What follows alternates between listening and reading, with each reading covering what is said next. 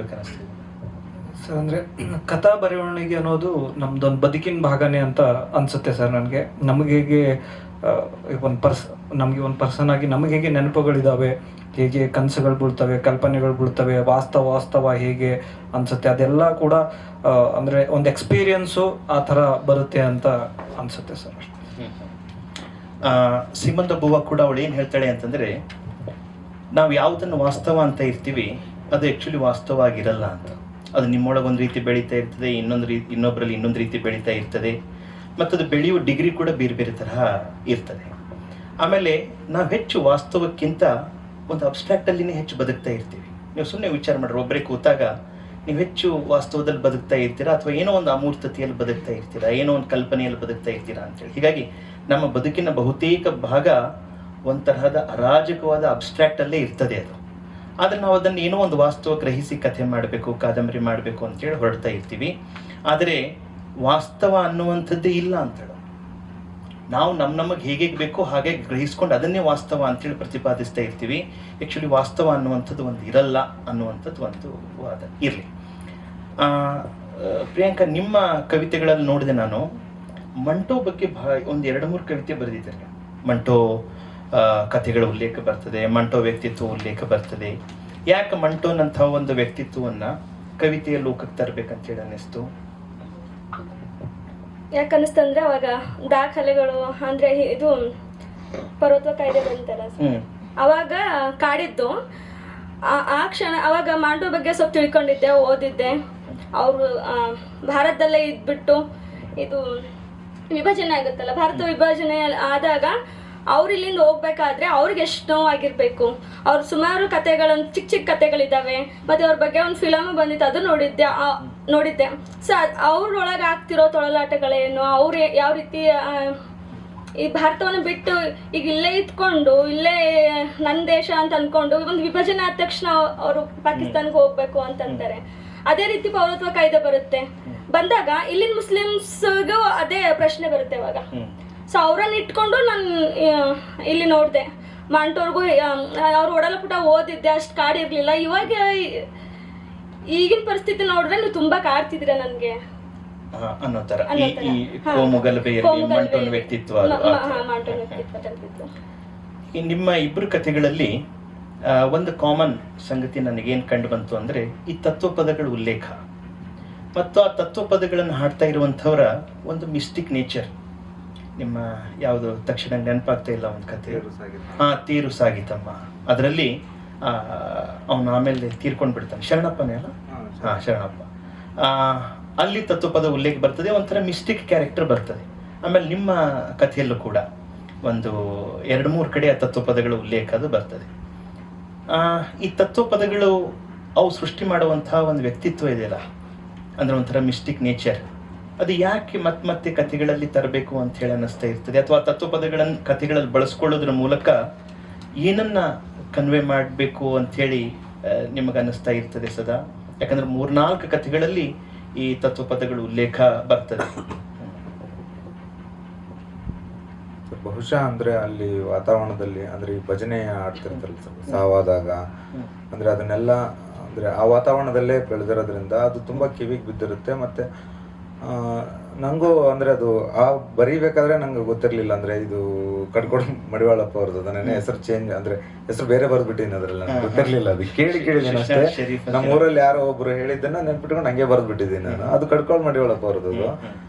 ಅವರು ಸುಮಾರಷ್ಟು ಈಗ ಏನೋ ಅವ್ರ ಹೆಸರು ಅಂದ್ರೆ ಸುಮ್ಮನಿರಬೇಕು ಶಿವನಾದ ಮೇಲೆ ಒಂದು ಹಾಡಿದೆಯಲ್ಲ ಅದು, ಅಥವಾ ಮೂಕನಾಗಬೇಕು ಅಂತ, ಅದು ಬಂದಾಗಿಂದ ಅದು ಬರ್ತಾ ಇದೆ. ಬಟ್ ಇವೆಲ್ಲ ಹಾಡುಗಳು ಈ ಭಜನೆ ಆಡ್ತಿರ್ಬೇಕಾದ್ರೆ ಊರಲ್ಲಿ ಕೇಳಿರೋ ಹಾಡುಗಳು ತುಂಬಾ ಪರಿಚಯ. ಬಟ್ ಅವ್ರು ಯಾರು ಬರ್ದಿರೋರು, ಆ ತತ್ವ ಇದೆಯಲ್ಲ, ಆ ತತ್ವ ನಮ್ಗೆ ಯಾವತ್ತೂ ಈ ಕ್ಯಾಸೆಟ್ಗಳಲ್ಲಿ ಮೊನ್ನೆ ಒಂದು ಕಥೆಲೂ ಒಂದು ಬರ್ದೆ, ಈ ಆಕಾಶ್ ಮನುಗೋಳಿ ಅಂತ ಒಬ್ರು ಹಾಡ್ತಿರ್ತಾರಲ್ಲ ಸರ್ ಅವರು, ಆ ಧರ್ಮಕ್ಕ ಕರ್ಮಕ್ಕ ಜಗಳ ನಡೆದೈತಿ ಅಂತ ಹಿಂಗೆಲ್ಲ, ಏನು ಎಷ್ಟು ದಿನ ಇಲ್ಲೇ ಇರ್ತಿ ಅಂತ. ಅಂದ್ರೆ ಅದು ತುಂಬಾ ಬೇಗನೆ ಆ ತರದ ವಿಷಯಗಳು ಕಿವಿಗೆ ಬಿದ್ದಿರ್ತವೆ. ಮತ್ತೆ ಆ ತರದ್ದು ಜನರು ಅಂದ್ರೆ ಈಗ ಗುರುವಿನ ಮಗ ಆಗೋದು ಎಲ್ಲ ಮನೆಗಳಿರುತ್ತೆ. ನಮ್ಮ ಹೆಣ್ಣು ತಾತ ಅವ್ರ ಬಗ್ಗೆ ನಂಗೂ ಗೊತ್ತಿರಲಿಲ್ಲ. ಮೊನ್ನೆ ನಮ್ಮಮ್ಮ ಹೇಳ್ತಾ ಇದ್ರು ಅವರು. ಈ ಅವ್ರ ಬಗ್ಗೆ ಕೇಳಿದಾಗ ಅನ್ನಿಸ್ತಂದ್ರೆ ಅವರು ಈ ಅಂಬಾ ಮಠ ಇದೆಯಲ್ಲ ಸರ್, ಅಂಬಾ ಮಠಕ್ಕೆ ಹೋಗಿ ಅವ್ರದ್ದೊಂದು ಪಂಥ ಇರುತ್ತಲ್ಲ, ಆ ಪಂಥದ್ದು ಅವ್ರಂದ್ರೆ ಪೂಜೆನೆ ಮಾಡ್ತಿರ್ಲಿಲ್ವಂತೆ. ಈ ತರದ್ದು ಸುಮ್ಮನೆ ಅಂದ್ರೆ ಅವ್ರದ್ದೊಂದು ವಿಚಾರ ಮಾಡೋದು, ಅವ್ರೊಂದಷ್ಟು ಜನ ಸಾಧು ಸಂತರು ಸೇರೋದು, ಮಾಂಸ ಊಟ ಈ ತರದ್ದೆಲ್ಲ ಎಣ್ಣೆ ಗಿಣ್ಣೆ ಅಂದ್ರೆ ಅವ್ರದ್ದೊಂದು ಬೇರೆನೇ ಒಂದು ಆಧ್ಯಾತ್ಮಿಕ ಮಾರ್ಗ ಹುಡ್ಕೊಂಡಿದ್ರೆ ಅಂತ ನಂಗೆ ಅದು ಗೊತ್ತಿರ್ಲಿಲ್ಲ, ಅದು ಮೊನ್ನೆ ಕೇಳಿದೆ. ಸೊ ಮೇ ಬಿ ಅದೆಲ್ಲ ವಿಷಯಗಳು ಅದು ನಮ್ ಸುತ್ತ ಇದ್ದು, ಬಟ್ ಒಂದು ಈ ಮೇನ್ ಸ್ಟ್ರೀಮ್ ಒಂದು ಏನಿರುತ್ತೆ ಅದ್ರದ್ದೊಂದು ಅದ್ರ ಪ್ರಭಾವದಿಂದ ನಾವು ಅದು ಮರ್ತು ಬಿಟ್ಟಿರ್ತೀವಿ. ಬಟ್ ಅದು ನಮ್ಮ ಭಾವಕೋಶಗಳಲ್ಲಿ ಅದು ಇರುತ್ತೆ, ಅಂದ್ರೆ ನಮ್ಮ ನೆನಪುಗಳಲ್ಲಿ ಅದಿರುತ್ತೆ. ಸೊ ಅದು ಒದ್ಕೊಂಡು ಬರುತ್ತೆ ಅನ್ಸುತ್ತೆ ಸರ್ ಬರಿಬೇಕಾದ್ರೆ. ಸೊ ಹಂಗಾಗಿನೇ ಅದು ಬರೆಯೋ ಪ್ರಾಕ್ಟೀಸ್ ಇದೆಯಲ್ಲ, ಅದೊಂದು ಅಂದ್ರೆ ಅನ್ಸುತ್ತೆ ಸರ್, ಅದೊಂದು ಅದ್ ಕಡೆಗೆ ಒಂದೊಂದು ಪ್ರತಿರೋಧದ್ದೇ ಅಂತ ಸರ್. ಅಂದ್ರೆ ನಮ್ಗೆ ಸಮಾಜ ಏನೋ ಹೇರ್ಬೋದು, ಬಟ್ ನಮ್ಗೆ ಒಳಗೆ ಏನಿದೆಯಲ್ಲ ಅದು ಬರುತ್ತೆ ಸರ್, ಅಂದ್ರೆ ಬರಿತಂತಂದು. ಸೊ ಮೇ ಬಿ ಆ ಎಲ್ಲ ವಾತಾವರಣಗಳ ಪ್ರಭಾವದಿಂದ ಮತ್ತೆ ಎಲ್ಲ ನೆನಪುಗಳ ಪ್ರಭಾವದಿಂದ ಸೊ ಅದು ಬರುತ್ತೆ ಅನ್ಸುತ್ತೆ. ಮೇ ಬಿ ಕಪಿಗೂ ಹಂಗೆ ಅನ್ಸುತ್ತೆ. ಅದೇ ಥರ ಅನ್ಸುತ್ತೆ ಸರ್. ಬಟ್ ನಾನೊಂದು ನಮ್ಮ ಊರಲ್ಲಿ ನೋಡಿರೋ ಇನ್ಸಿಡೆಂಟ್ ಏನಂದ್ರೆ, ಈ ಸಂಜೆ ಟೈಮಲ್ಲಿ ಭಜನೆ ಅದು ಇದು ಮಾಡೋಕ್ಕೆ ಈ ಒಂಥರ ಬರೋದಾಗಿರ್ಬೋದು, ಹೌದು. ಆಮೇಲೆ ಹಳ್ಳಿಯಲ್ಲಿ ಬಿಡಿ ಸೇದೋದಾಗಿರ್ಬೋದು, ಮತ್ತೊಂದು ಮಗದೊಂದು ಆ ಥರದ್ದೆಲ್ಲ ತುಂಬ ಇರುತ್ತೆ ಸರ್. ಅದು ಏನು ಅನ್ನಿಸ್ತಾ ಇತ್ತು ನನಗೆ ಒಂದು ವಯಸ್ಸಲ್ಲ, ಅಂದರೆ ಅವ್ರು ಹೇಳೋದೇ ಒಂದು, ಮಾಡ್ತಾ ಇರೋದೇ ಇನ್ನೊಂದು ಅಂತ ಅನ್ನೋ ಥರ ಅನ್ನಿಸ್ತಾ ಇತ್ತು. ಆಮೇಲೆ ಈ ಭಜನಾ ಪದಗಳು, ತತ್ವ ಪದಗಳು ಇವೆಲ್ಲ ಕೇಳಿದಾಗ ನಾವೇನ್ ಬದುಕ್ತಾ ಇದ್ದೀವಿ ಅದನ್ನ ಒಂಥರ ಇದು ಈ ಕ್ರಮ ಅಲ್ಲ, ಇನ್ನೊಂದು ಕ್ರಮದಲ್ಲಿ ಬದುಕಬೇಕು ಅನ್ನೋ ತರ ಎಚ್ಚರಿಸೋ ಸಾಲುಗಳೇನೋ ಅಂತ ಒಂದೊಂದ್ಸರಿ ಅನಿಸ್ತಾ ಇತ್ತು.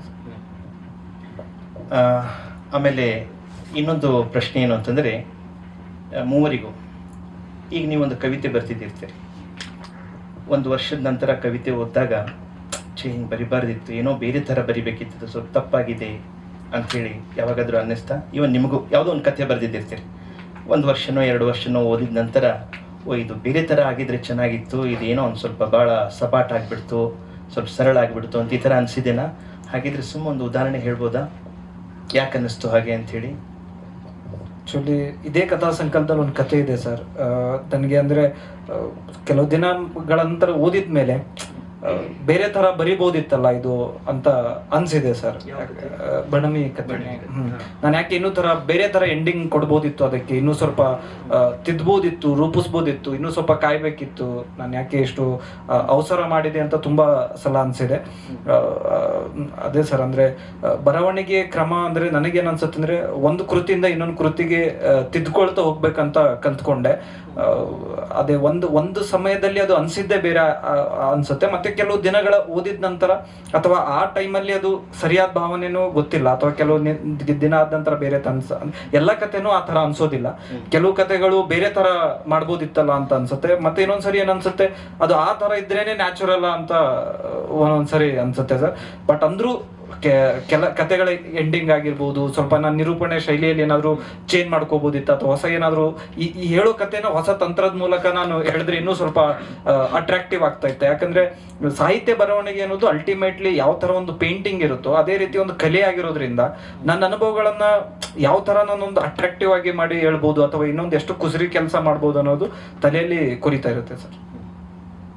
ಯಾವ್ದಾದ್ರು ಒಂದು ಸ್ಪೆಸಿಫಿಕ್ ಕತೆ ತಗೊಂಡು ಹೇಳ್ಬೋದಿತ್ತ ಸರ್, ಇದು ಈ ತರ ಆಗಿದೆ, ಆದ್ರೆ ಆಮೇಲೆ ಓದಿದಾಗ ಈ ತರ ಮಾಡಿದ್ರೆ ಚೆನ್ನಾಗಿತ್ತೇನೋ ಅಂತ ಹೇಳಿ ಅನ್ಸಿತ್ತು ಸರ್. ಅಂದ್ರೆ ಅದು ಇವಾಗ ಹೇಳಿದ್ನಲ್ಲ ಸರ್, ತೇರಸಾಗಿತ್ತು, ಅದೊಂದು ಫ್ಯಾಕ್ಚುಯಲ್ ಎರರ್ ನಂಗೆ ಯಾವಾಗ್ಲೂ ನೆನಪಾಗ್ತಾ ಇರುತ್ತೆ. ಅದು ನೆಕ್ಸ್ಟ್ ಎಡಿಷನ್ ಅಲ್ಲಿ ಆದ್ರೂ ಒಂದು ಚೇಂಜ್ ಮಾಡ್ಬೇಕಂತ ಅನಿಸುತ್ತೆ. ಅದ್ ಬಿಟ್ರೆ ಉಳಿದ ಕತೆಗಳು ಓದಿದಾಗ ಒಂದ್ಸಲ ಒಂದು ಬೇರೆ ಹೊಳಗು ಬರುತ್ತೆ ಸರ್. ಬಟ್ ಅದು ಆ ಮೂಮೆಂಟ್ಗೆ ಅಂದ್ರೆ ಆ ಮನಸ್ಥಿತಿಗೆ ಆ ಫ್ಲೋ ಅಲ್ಲಿ ಅದು ಅಲ್ಲಿ ಕರೆಕ್ಟ್ ಇರುತ್ತೆ ಅನ್ಸುತ್ತೆ ಸರ್ ಅದು. ಮತ್ತೆ ಇವಾಗ ಅದನ್ನ ರಿವಿಸಿಟ್ ಮಾಡಿದಾಗೆಲ್ಲ ಮತ್ತೆ ರಿವಿಸಿಟ್ ಮಾಡಿದಾಗೆಲ್ಲ ಪ್ರತಿ ಕಥೆನೂ ಇಂಪ್ರೂವೈಸ್ ಮಾಡ್ಬೋದು ಅಂತ ಅನ್ಸುತ್ತೆ ಸರ್ ಅದನ್ನ.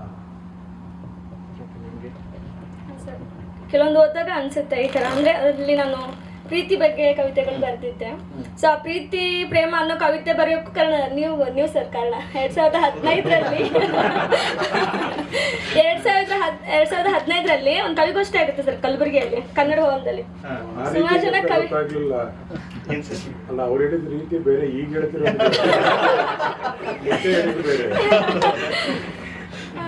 ಕವಿಗೋಷ್ಠಿ ಇತ್ತು ಸರ್ ಅಲ್ಲಿ. ಸೊ ಎಲ್ಲರೂ ಮಹಿಳಾ ಪರ, ರೈತರ ಪರ ಎಲ್ಲ ಬರ್ತಿದ್ರು. ಯಾರೊಬ್ರು ಕೂಡ ಪ್ರೀತಿ ಬಗ್ಗೆ ಕವಿತೆ ಬರ್ದಿರ್ಲಿಲ್ಲ. ನನ್ನ ಸ್ನೇಹಿತೆ ಒಬ್ಳು ಪೂಜಾ ಸಿಂಗೆ ಅಂತ ಹೇಳಿ, ಮತ್ತೆ ನಾನು ಎಲ್ಲರೂ ಒಟ್ಟಾಗಿ ನಾವೆಲ್ಲ ಕುಂತಿದ್ವಿ. ಸರ್ ಮಾತಾಡ್ತಿದ್ರು, ಅಧ್ಯಕ್ಷತೆ ಭಾಷಣ ಸರ್ ಅವ್ರದಿತ್ತು. ಸೊ ಅವಾಗ ಒಂದು ಪ್ರಶ್ನೆ ಕೇಳಿದ್ರು, ಎಲ್ಲರೂ ಬರ್ತಿದ್ದೀರಿ, ಪ್ರೀತಿ ಪ್ರೇಮದ ಬಗ್ಗೆ ಒಬ್ರು ಏನು ಬರ್ದಿಲ್ಲಲ್ಲ, ಪ್ರೀತಿನೂ ಒಂದು ಕ್ರಾಂತಿನೇ ಅಲ್ವಾ, ಯಾಕೆ ಬರ್ದಿಲ್ಲ ನೀವು ಪ್ರೀತಿ ಬಗ್ಗೆ ಅಂತಂದ್ರು. ಅದೇ ದಿನ ನಾವು ಇಬ್ರು ಡಿಸೈಡ್ ಮಾಡ್ಕೊಂಡ್ವಿ, ನಾವು ಪ್ರೀತಿ ಬಗ್ಗೆನೇ ಕವಿತೆ ಬರಿಬೇಕು. ಎಲ್ಲ ಮಾತಾಡ್ಕೊಂಡು ಅವಳು ಸಕ್ಸಸ್ ಸ್ಟೋರಿ ಬರಬೇಕು, ನಾನು ಫೇಲ್ಯೂರ್ ಆಗಿದ್ದು ಬರಬೇಕು. ಈ ತರ ತುಂಬಾ ಕವಿತೆಗಳನ್ನು ಬರ್ತಿದ್ದೆ. ಅವಳು ಬರ್ತಿದ್ಲು. ಬರೆದ್ಮೇಲೆ ಈಗ ಒಂದು ಕವಿತೆ ಇದೆ ಸರ್ ಈ ಪುಸ್ತಕದಲ್ಲಿ, ಕೆಂಪು ಬಸ್ಸಿನ ಕಲರವ ಅಂತ ಹೇಳಿ.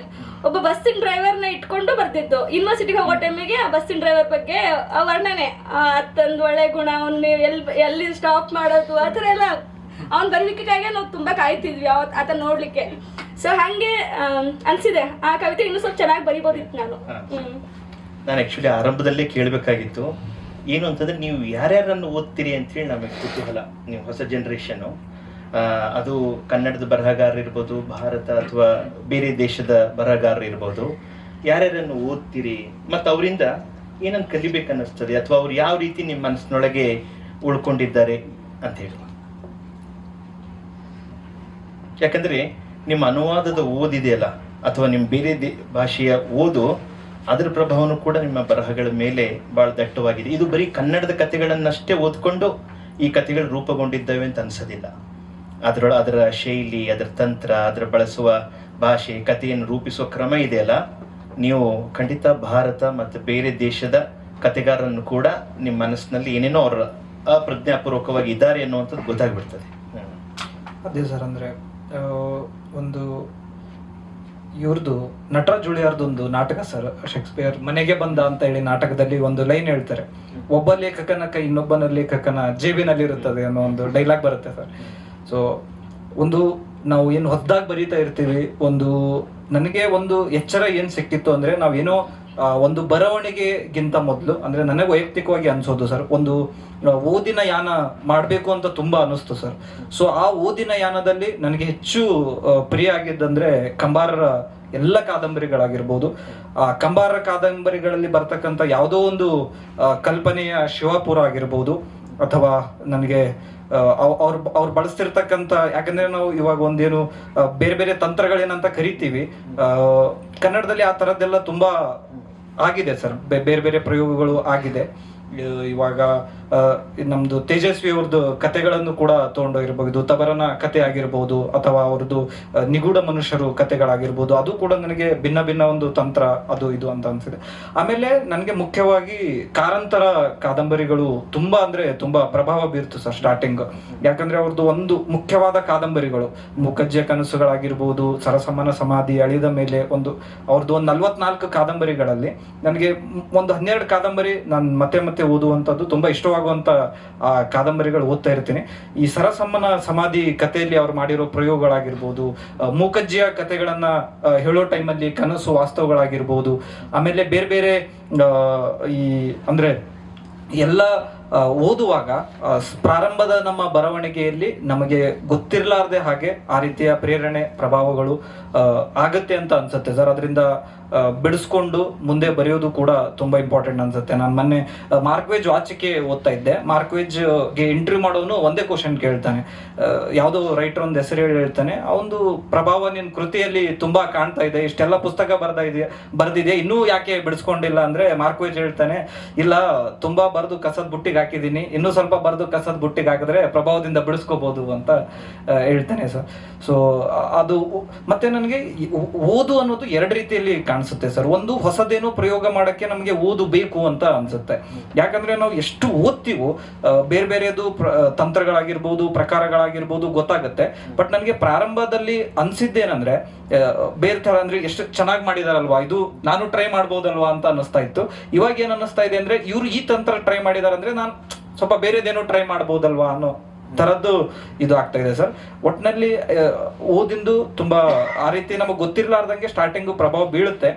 ಅದನ್ನ ನಾವು ಬಿಡಿಸ್ಕೊಂಡು ಮುಂದೆ ಬರಿಬೇಕು ಅಂತ ನನಗೆ ಅನ್ಸುತ್ತೆ ಸರ್. ಸರ್, ನನಗೆ ಮುಖ್ಯವಾಗಿ ಕನ್ನಡದಲ್ಲಿ ಲಂಕೇಶ್ರು, ದೇವನೂರ್ ಸರು, ತೇಜಸ್ವಿ ಇವರದೆಲ್ಲ ಅಂದರೆ ಕತೆಗಳು, ಮತ್ತು ಕಾಸನೇಸರು, ಆ ಕಾಸನೇಸರು ತಬ್ಬಲಿ ಕತೆಗಳು ನನಗೆ ತುಂಬ ಇಷ್ಟ ಆಗಿತ್ತು ಆ ಟೈಮಲ್ಲಿ. ಆ ಥರದ್ದು ಕನ್ನಡದಲ್ಲಿ ಕತೆಗಳು ತುಂಬ ಅಂದರೆ ಪ್ರಭಾವ ಬೀರಿತ್ತು. ಮತ್ತು ಬೇರೆ ಭಾಷೆಯಲ್ಲಿ ಅಂದರೆ ಮಾರ್ಕ್ವೇಜ್ದೊಂದು ಓದಿದ್ದೆ ಅವಾಗ. ಅಂದರೆ ಮೇ ಬಿ ಅದು ಇವಾಗ ಅನಿಸ್ತಾ ಇದೆ ಅದು ಮಾಡಿರ್ಬೋದು ಪ್ರಭಾವ ಅಂತ. ಅಂದರೆ ಅವನು ಒಂದು ಹೇಳ್ತಾ ಹೇಳ್ತಾ ಹೇಳ್ತಾ ಒಂದು ಫೋಕಸ್ ಬಿಡ್ತಾನೆ. ಅಂದ್ರೆ ಅದು ಫೋಕಸ್ ಅನ್ನೋದನ್ನ ಒಂದು ಹೇಳ್ತಾರೆ, ಇದು ಫೋಕಸ್ಡ್ ಇರಬೇಕು ಕತೆ, ಫೋಕಸ್ ಹೋಗ್ತಾ ಇದೆ. ಬಟ್ ಅವ್ನು ಫೋಕಸ್ ಬಿಡ್ತಾನೆ ಕ್ಯಾರೆಕ್ಟರ್ ಬಗ್ಗೆ ಒಂದು ಕಥನ ಅಂತ ಹೇಳ್ತೀವಲ್ಲ, ಅಂದ್ರೆ ಈಗ ನಮ್ಮಲ್ಲಿ ಯೋಗಪ್ನವ್ರ ಸರ್ ಹಂಗೆ ಬರೀತಾರೆ. ಸೊ ಆ ಥರದ್ದು ನಂಗೆ ತುಂಬಾ ಹಿಡಿಸುತ್ತೆ. ಮತ್ತೆ ಕಾಫ್ಕಾ ಅದ್ ಬಿಟ್ರೆ ಒಂದು ಟೈಮಲ್ಲಿ ಇವರು ಕನ್ಫೆಷನಲ್ ಪೋಯೆಟ್ರಿ ನಂಗೆ ಸ್ವಲ್ಪ ಸೇರ್ತಾ ಇತ್ತು ಸರ್. ಈ ಸಿಲ್ವಿಯಾ ಪ್ಲಾತು, NS ಎಕ್ಸ್ಟ್ರಾನು ಇವರೆಲ್ಲ ಬರಿತಾ ಇದ್ದಿದ್ದು. ಮೇ ಬಿ ಅದು ನೀವು ಹೇಳ್ದಂಗೆ ಅದೊಂದು ಈ ಸಾವಿನ ಕಾರಣಕ್ಕೆ, ಈ ಥರದ ಕಾರಣಕ್ಕೇನೋ ಸೇರಿರ್ಬೋದು ಅನ್ಸುತ್ತೆ. ಅದು ಬಿಟ್ರೆ ಓದು ಅನ್ನೋದು ನಂಗೆ ಇವಾಗ ಅಂದ್ರೆ ಓದು ಆ ಥರದ್ದು ಓದಿಗಿಂತ ನಂಗೆ ಇದು ಅಂದ್ರೆ ಓದನ್ನು ಮೇ ಬಿ 2 ಥರದಲ್ಲಿ ನೋಡ್ಬೋದು ಅನ್ಸುತ್ತೆ ಸರ್. ಒಂದು ಟೆಕ್ಸ್ಚುವಲ್ ರೀಡಿಂಗು, ಮತ್ತು ಇನ್ನೊಂದು ಕೇಳಿಸ್ಕೊಳ್ತೀವಲ್ಲ ಸರ್, ಮೇ ಬಿ ಅದು ತುಂಬಾ ದೊಡ್ಡ ಓದು ಆಗ್ಬಹುದು ಅಂತ ಅನ್ಸುತ್ತೆ ಸರ್. ಅಂದ್ರೆ ತುಂಬಾ ಇದಕ್ಕೆ ಸ್ಟ್ರೆಸ್ ಮಾಡೋದ್ರಿಂದ ಸೊ ಆ ಓದು ಏನೋ ಒಂದು ಸೆಕೆಂಡ್ರಿ ಅಲ್ಲ ಅಂತ. ಅಂದ್ರೆ ಇವಾಗ ಈಗ ಮಾತುಗಳು ಕೇಳೋದಿರ್ಬೋದು, ಅಥವಾ ಈ ನೀವು ಹೇಳಿದ್ರೆ ತತ್ವಪದಗಳು, ಹಾಡಿಕೆಗಳು, ಆ ಓದಿನ ಬಗ್ಗೆ ನಂಗೆ ಇವಾಗ ಸ್ವಲ್ಪ ಜಾಸ್ತಿ ಇಂಟ್ರೆಸ್ಟ್ ಆಗ್ತಿದೆ. ಅಂದ್ರೆ ಈ ಮಂಟೆಸ್ವಾಮಿ ಕಾವ್ಯದ ಬಗ್ಗೆ ಓದೋದಿರ್ಬೋದು, ಈ ತತ್ವಪದಗಳು ಅಥವಾ ಈ ಗುರುಪಂಥದ್ದು ಹಾಡುಗಳು ಆ ಥರದ್ದೆಲ್ಲ. ಸೊ ಹಾಗಾಗಿ ನಂಗೆ ಇವಾಗ 2 ಥರದ ಓದುಗಳು ಇಂಪಾರ್ಟೆಂಟ್ ಅನ್ಸುತ್ತೆ. ಸೊ ಮಂಜು, ಇನ್ನೊಂದು ಪ್ರಶ್ನೆ. ನೀವು ಈ ಕಲರ್ಸ್ TV ಚಾನಲಲ್ಲಿ ಕೆಲಸ ಮಾಡ್ತಾ ಇರ್ತೀರಿ, ಅಲ್ಲೆಲ್ಲ ಸೀರಿಯಲ್ಗಳಿಗೆ ಸ್ಕ್ರಿಪ್ಟ್ ಬರೀಬೇಕು, ಹೌದಲ್ಲ? ಅದೆಲ್ಲ ಹಾಂ. ಈಗ ಅಲ್ಲಿ ಸ್ಕ್ರಿಪ್ಟ್ ಬರೆಯೋ ಕ್ರಮದಲ್ಲಿ ಏನೋ ಒಂದು ಸೀನ್ ಕೊಡ್ತಾರೆ ಅಥವಾ ಕ್ಯಾರೆಕ್ಟರ್ ಕೊಡ್ತಾರೆ, ಏನೋ ಇರ್ತದೆ. ಆಮೇಲೆ ಇಲ್ಲಿ ಬಂದು ನೀವು ನಿಮ್ಮದೇ ಏಕಾಂತದಲ್ಲಿ ನಿಮ್ಮದೇ ಒಂದು ಲೋಕ ಸೃಷ್ಟಿ ಮಾಡ್ಕೊಂಡು ಇಲ್ಲಿ ಕತೆ ಬರಿಬೇಕು. ಅವೆರಡು ಏನಾದರೂ ಡಿಕ್ಕಿ ಹೊಡಿತಾ ಇರ್ತಾವ? ಅಂದ್ರೆ ಇಲ್ಲಿ ಹೆಂಗ್ ಬರಿಬೇಕು, ಅಲ್ಲಿ ಯಾವಾಗ ಸ್ಕ್ರಿಪ್ಟ್ ಬಂದು ಕತೆದೊಳಗೆ ಸೇರೋದು, ಕತೆ ಬಂದು ಸ್ಕ್ರಿಪ್ಟ್ ಒಳಗೆ ಸೇರೋದು, ಹಿಂಗೇನಾದ್ರೂ ಆಗ್ತಾ ಇರ್ತದ? ಅದು ಅಂದ್ರೆ ಅದು ಒದ್ದಾಟ ಇರುತ್ತೆ ಸರ್, ಅದು ಕಂಟಿನ್ಯೂಸ್ ಆಗಿ. ಬಟ್ ಹಂಗಂತ ಅಂದ್ರೆ ಅದು ಒಂದು ಬಿಸಿನೆಸ್ ತರದ್ದು ಇದಲ್ಲ ಸರ್. ಅಂದ್ರೆ ಅದು ಅಷ್ಟು ಕ್ರಿಯೇಟಿವ್ ಚಾಯ್ಸ್ಗಿಂತ ಜಾಸ್ತಿ ಮಾರ್ಕೆಟ್ ಚಾಯ್ಸಸ್ ಜಾಸ್ತಿ ಅಲ್ಲಿ. ಅಂದ್ರೆ ಆ ಭಯ ಇರಲ್ಲ, ಮಾರ್ಕೆಟ್ ಚಾಯ್ಸಿಗೆ ಒಗ್ಗಿ ಒಂದಿನ ಎಲ್ಲ ನನ್ನ ಕತೆ ಕಳೆದೋಗ್ಬಿಡ್ತದೆ? ಅದು ಇರುತ್ತೆ ಸರ್. ಅದು ಯಾವಾಗ ಆ ಭಯದಲ್ಲೇ ಹೋಗ್ಬೇಕಾಗ್ತದೆ ತಂತಿ ಮೇಲೆ ನಡಿಗೆ. ಬಟ್ ಏನಂದ್ರೆ ಈ ಓದು ಅದರಿಂದ ಉಳಿಲಿಕ್ಕೆ ಹೆಂಗ್ ಪ್ರಯತ್ನ ಮಾಡ್ತೀರಿ? ಏನೇನ್ ಸುಮ್ನೆ ರೀಡಿಂಗ್ ಸರ್, ರೀಡಿಂಗು ಮತ್ತೆ ಬರೆಯಕ್ಕೆ ಟ್ರೈ ಮಾಡೋದು, ಮತ್ತೆ ಈ ತರದ್ದು ವಾತಾವರಣ, ಫ್ರೆಂಡ್ಸ್, ಮೇ ಬಿ ಆ ತರದ್ರಿಂದ ಅದು ಉಳ್ಕೋಬಹುದು ಅನ್ಸುತ್ತೆ. ಬಟ್ ಮಾರ್ಕೆಟ್ ಪ್ರೆಷರ್ ಅಲ್ಲಿದ್ದವ್ರಿಗೆ ಅಂತಲ್ಲ, ಓವರಾಲ್ ಎಲ್ರ ಮೇಲೂ ಇದೆ ಅನ್ಸುತ್ತೆ ಸರ್. ನಮ್ಮನ್ನ ಒಳಗೊಂಡು ಎಲ್ರನ್ನೂ ಅದು ಕರಪ್ಟ್ ಮಾಡಕ್ ನೋಡ್ತಾ ಇದೆ. ಅಂದ್ರೆ ಬರೀ ಆ ಒಂದು ಸಿಸ್ಟಮ್ ಅಲ್ಲಿ ಹೋಗಿ ವರ್ಕ್ ಮಾಡ್ತಿದೀವಿ ಅಂತಲ್ಲ, ಮೇ ಬಿ ಎಲ್ಲರೂ ಅದೇ ಸಿಸ್ಟಮ್ ಅಲ್ಲಿ ವರ್ಕ್ ಮಾಡ್ತಿದೀವಿ ಅನ್ಸುತ್ತೆ. ನನ್ ಸ್ವಲ್ಪ ಎದ್ದು ಕಾಣುತ್ತೆ, ಅಂದ್ರೆ ಬರೆಯೋದಿರೋದ್ರಿಂದ ಎದ್ದು ಕಾಣುತ್ತೆ. ಬಟ್ ಓವರಾಲ್ ಆ ಒಂದು ಕ್ಯಾಪಿಟಲ್ ವರ್ಲ್ಡ್ ಅಲ್ಲಿ ಇರೋದ್ರಿಂದ ಎಲ್ಲರೂ ಅದೇ ಒದ್ದಾಟದಲ್ಲೇ ಇದೀವಿ ಅನ್ಸುತ್ತೆ. ಸರಿ ಪ್ರಿಯಾಂಕಾ, ಅವ್ರಿಗೆ ಕೇಳಿದ್ನಲ್ಲ ಪ್ರಶ್ನೆ, ಏನ್ ಪ್ರಶ್ನೆ ಕೇಳಿದ್ ನಿಮ್ಗೆ? ಎಸ್, ಯಾರನ್ನ ಹೆಚ್ಚು ಓದ್ತಾ ಇದ್ರಿ ಅಂತ ಹೇಳಿ. ನಾನು ಮುಂಚೆ ಕುವೆಂಪು ಅವ್ರ ಬಗ್ಗೆ ತುಂಬಾ ಕೇಳಿದೆ ಸರ್. ಬಟ್ ಮಲೆಗಳಲ್ಲಿ ಮದುಮಗಳು ಓದ್ಬೇಕಂತ ತುಂಬಾ ಸಮಯ ತಗೊಂಡೆ ನಾನು ಓದಕ್ಕೆ. ಅವ್ರಾದ್ಮೇಲೆ ನಂಗೆ ಜೀವನ ಚರಿತ್ರೆ, ಅವ್ರ ಬದುಕಿನ ಬಗ್ಗೆ ಅವ್ರು ಹೇಳ್ಕೊಂಡು ತುಂಬಾ ಓದಿದ್ದೀನಿ. ಗಾಂಧಿ ಕ್ಲಾಸ್ ಆಗಲಿ, ಕುಮ್ಮಿ ಅವ್ರದ್ದು, ಮತ್ತೆ ಹುಳಿ ಮಾವಿನ ಮರ ಲಂಕೇಶ್ ಅವ್ರದ್ದು, ಈ ರೀತಿ ಓದ್ಕೊಂಡು ಆಮೇಲೆ ಅನುವಾದ ಬಂದ್ರೆ ತಾಯಿ ಕಾದಂಬರಿ ಸರ್, ಮ್ಯಾಕ್ಸಿಮಮ್ ಗೊರ್ಕಿ ಅವ್ರು ಬರ್ದಿದ್ದು ಕನ್ನಡಕ್ಕೆ ಅನುವಾದ ಆಗಿದೆ. ಚಿರಸ್ಮರಣೆ, ಮತ್ತೆ ಮೊನ್ನೆ ಒಂದು ಓದ್ತಿದ್ದೆ ಬಿಡಾರ ಅಂತ ಹೇಳಿ, ಮರಾಠಿಯಿಂದ ಕನ್ನಡಕ್ಕೆ ಅನುವಾದ ಆಗಿದೆ. ಸೊ ಆ ಥರ ಎಲ್ಲ ಓದಿದಾಗ ನನಗೆ ಹೊಸ ರೀತಿ ತಿಳುವಳಿಕೆ ಸಿಗುತ್ತೆ. ಇನ್ನೊಂದು ಸ್ವಲ್ಪ ನನ್ನ ಬರಹಕ್ಕೆ ಗಟ್ಟಿ ಆಗ್ತವೆ ಅಂತ ಹೇಳಿ ಅನ್ಸುತ್ತೆ ಸರ್. ಭಾಷೆ ಬಗ್ಗೆ ಒಂದು ಕೇಳಬೇಕನ್ನಿಸ್ತಾ ಇದೆ. ನೀವು ಕವಿತೆ ಬರೆಯುವಾಗ ನಾನು ಸ್ವಲ್ಪ ಹೆಚ್ಚು ಶಿಷ್ಟ ಭಾಷೆ ಇರ್ತದೆ, ಆಮೇಲೆ ನಡುವೆ ಸ್ವಲ್ಪ ಉರ್ದು ಪದ ಬಳಸ್ತಾ ಇರ್ತೀರಿ, ಮೊಹಬ್ಬತ್ತು, ಮೊಹಲ್ಲಾ, ಈ ಥರ ಎಲ್ಲ. ಆಮೇಲೆ ಮಂಜು, ನೀವು ನಿಮ್ಮ ನಿರೂಪಣೆಯ ಭಾಷೆ ಬೇರೆ ಇರ್ತದೆ, ಪಾತ್ರದ ಭಾಷೆ ಬೇರೆ ಇರ್ತದೆ. ನಿಮ್ಮದು ಸಾಮಾನ್ಯವಾಗಿ ನಿರೂಪಣೆಯ ಭಾಷೆ ಒಂದು, ಪಾತ್ರದ ಭಾಷೆ ಒಂದು. ಇಡೀ ಕಥೆಯನ್ನ ನಿಮ್ಮದೇ ಒಂದು ಪ್ರಾದೇಶಿಕ ಭಾಷೆಯಲ್ಲಿ ಬರೆಯುವ ಸಾಧ್ಯತೆ ಇಲ್ವೇ ಅಂತ, ಅಥವಾ ಅದು ಆ ಥರದ ಆಯ್ಕೆ ಉದ್ದೇಶಪೂರ್ವಕವಾಗಿ ಮಾಡ್ಕೊಳ್ಳಿಲ್ವಾ? ಅಥವಾ ಎಷ್ಟೋ ಸಲ ಏನಿರ್ತದೆ, ನಿರೂಪಣೆ ಮತ್ತು ಪಾತ್ರದ ಮಾತು ಹೀಗೆ ಹೇಳಿದ್ರೆ ಎಲ್ಲೋ ಓದುಗರಿಗೆ ಅರ್ಥ ಆಗ್ತದೆ ಇಲ್ಲೋ, ಒಂಥರ ರೀಡರ್ಸ್ ಕೂಡ ನಮ್ಮ ಕತೆ ಪ್ರಭಾವ ಮಾಡ್ತಾ ಇರ್ತಾರೆ. ಹೀಗಾಗಿ ಪಾತ್ರಗಳ ಮಾತಷ್ಟೇ ನಮ್ಮ ಪ್ರಾದೇಶಿಕ ನುಡಿಗಳಲ್ಲಿಟ್ಟು ನಿರೂಪಣೆಯ ಭಾಷೆ ಒಂದು ಸ್ವಲ್ಪ ಶಿಷ್ಟ ಕನ್ನಡದಲ್ಲಿ ಇಡಬೇಕು ಅನ್ನೋ ಥರದ್ದು ಇದು ಹೇಗೆ ಅಂತ, ಯಾವ ಥರ ಭಾಷೆಯ ಬಳಕೆ ಸಂಭವಿಸ್ತಾ ಇರ್ತದೆ ಕಥೆಯಲ್ಲಿ ಅಂತ ಹೇಳಿ. ಯಾಕಂದ್ರೆ ಲಂಕೇಶರು ನಿರೂಪಣೆ ಭಾಷೆನೂ ಒಂದೇ ಇರ್ತದೆ, ಪಾತ್ರ ಭಾಷೆನೂ ಒಂದೇ ಇರ್ತದೆ. ದೇವನವ್ರದ್ದು ನಿರೂಪಣೆ ಭಾಷೆ ಹಿಡಿದು ಪಾತ್ರದ ಭಾಷೆವರೆಗೂ ಒಂದೇ ಇರ್ತದೆ. ಆದ್ರೆ ನಿಮ್ಮಲ್ಲಿ ತಕ್ಕಂತ ಚೇಂಜ್ ಶಿಫ್ಟ್ ಆಗಿಬಿಡ್ತದೆ. ಅದು ಹೆಂಗೆ ಅಂತದು? ಅದೇ ಸರ್, ಅಂದ್ರೆ ಇವಾಗ ದೇವನೂರು ಮಾದೇವ್ರ ಕುಸುಮ ಬಾಲೆ ಓದ್ದಾಗಿರ್ಬೋದು ಅಥವಾ ಒಡಲಾಳ ಓದ್ದಾಗಿರ್ಬೋದು, ನನಗೆ ಅದು ಆಮೇಲೆ ಬೇರೆ ಬೇರೆ ಇವಾಗ ಸರ್ದು ಒಂದು ಬ್ಯಾಟೆ ಮರ ಸಂಕಲನದಲ್ಲೂ ಕೂಡ ಆ ಒಂದು ಅದೇ ಪ್ರಾದೇಶಿಕ ಭಾಷೆ ಇದೆ ಅಲ್ಲ ಸರ್, ನನಗೆ ತುಂಬಾ ಕಾಡ್ತಾ ಇರುತ್ತೆ ಸರ್. ಇಬ್ರು ಒಂದೇ ಊರವರಾಗಿರೋದ್ರಿಂದ ನೀವು ಸ್ಟಾರ್ಟಿಂಗ್ ಹೇಳಿದ್ರಲ್ಲ ಸರ್, ನಮ್ ಬೀದರ್ ಭಾಷೆ ಹೇಗಂದ್ರೆ ಸರ್, ಒಬ್ಬ ಸಾಮಾನ್ಯ ಒಬ್ಬ ವ್ಯಕ್ತಿ ಇದಾನಂದ್ರೆ ಒಂದ್ ಲೈನ್ ಮಾತಾಡ್ತಾ ಇದಾನಂದ್ರೆ ಅದ್ರಲ್ಲಿ ಒಂದು ವರ್ಡ್ ಉರ್ದು, ಒಂದು ಹಿಂದಿ, ಒಂದು ಕನ್ನಡ, ಒಂದು ತೆಲುಗು, ಮರಾಠಿ, ಒಟ್ನಲ್ಲಿ ಮಿಕ್ಸಪ್ ಆಗಿ ಒಂದ್ ಲೈನ್ ಇರುತ್ತೆ ಸರ್. ಅದು ಆಕ್ಚುಲಿ ಒಂದು ತುಂಬಾ ಚಾಲೆಂಜಿಂಗು. ಮತ್ತೆ ನೀವು ಹೇಳ್ದಂಗೆ ಸ್ಟಾರ್ಟಿಂಗ್ ನಾನು ಒಂದ್ ಕತೆ ಯಾಕೆ ನಾನು ಕಂಪ್ಲೀಟ್ ಆಗಿ ಒಂದು ಬೀದರ್ ಲ್ಯಾಂಗ್ವೇಜ್ ಅಲ್ಲೇ ಬರೀಬಾರ್ದು ಅಂತ ತುಂಬಾ ಅನ್ಸಿತ್ತು ಸರ್. ನನಗೆ ಭಾಷೆನ ಬರವಣಿಗೆ ಹೇಗೆ ಬೆಂಡ್ ಮಾಡ್ಕೋಬೇಕು ಅನ್ನೋದು ಒಂದು ಗೊತ್ತಾಗ್ತಾ ಇಲ್ಲ, ಅದು ಕಲಿಬೇಕು. ಆಮೇಲೆ ಇನ್ನೊಂದು ಭಯನೂ ಇದೆ ಸರ್, ಇದು ಫುಲ್ಲು ನಮ್ ಬೀದರ್ ಭಾಷೆಯಲ್ಲಿ ಬರೆದ್ಬಿಟ್ರೆ ಇದು ಬೀದರ್ ಬಿಟ್ರೆ ಬೇರೆಯವ್ರಿಗೆ ಅರ್ಥ ಆಗುತ್ತಾ ಇಲ್ವಾ ಅಂತ ಸರ್. ಯಾಕಂದ್ರೆ ಇವ್ರು ಬೇರೆ ಅದು ಒಂದು ಟ್ಯೂನೇ ಬೇರೆ ಇದೆ ಸರ್ ನಮ್ಮ ಭಾಷೆಗಿರೋ.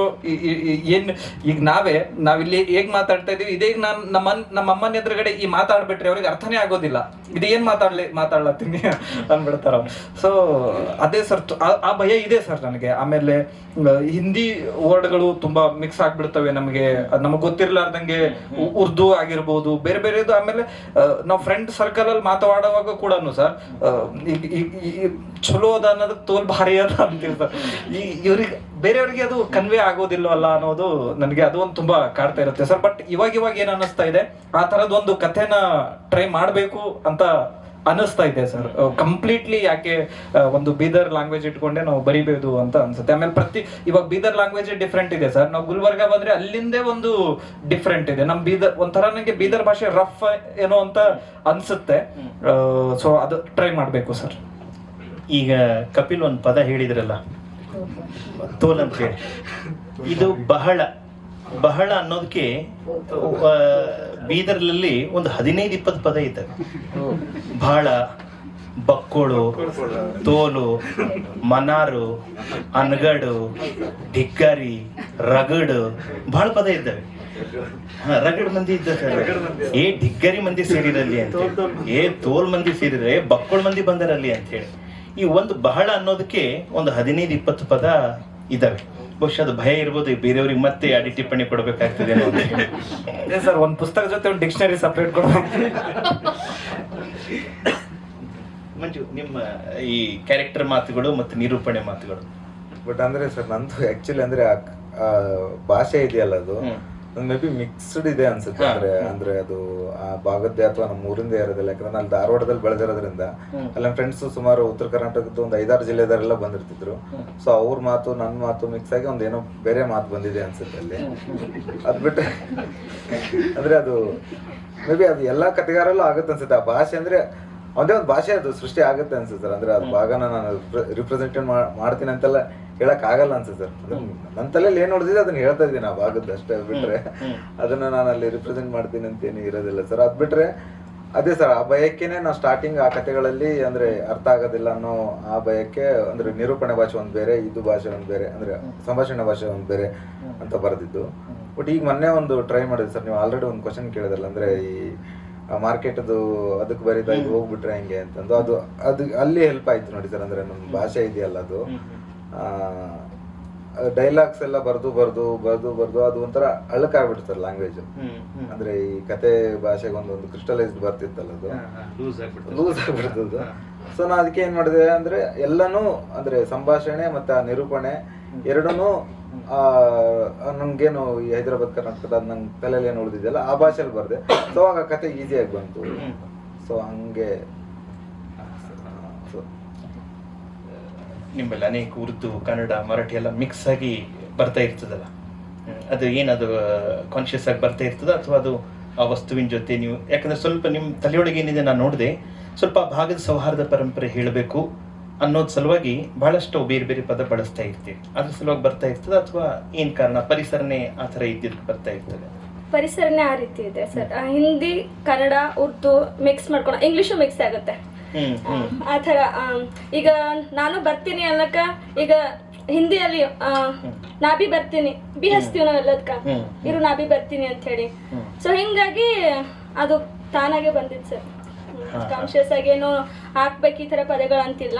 ನಾವ್ ಯಾವ ರೀತಿಯಲ್ಲಿ ಮಾತಾಡ್ತೀವಿ ಅದನ್ನ ಹಾಕಿದ್ದು. ಮತ್ತೆ ಇಲ್ಲಿ ಸ್ವಲ್ಪ ಪುಸ್ತಕೀಯ ಭಾಷೆ, ಗ್ರಂಥಿಕ ಭಾಷೆ ಬರ್ಬೇಕು ಅಂದ್ರೆ ಒಂದ್ 3 ವರ್ಷ ನಾನು ಬೆಂಗಳೂರಲ್ಲಿ ಇದ್ದಿದ್ದೆ.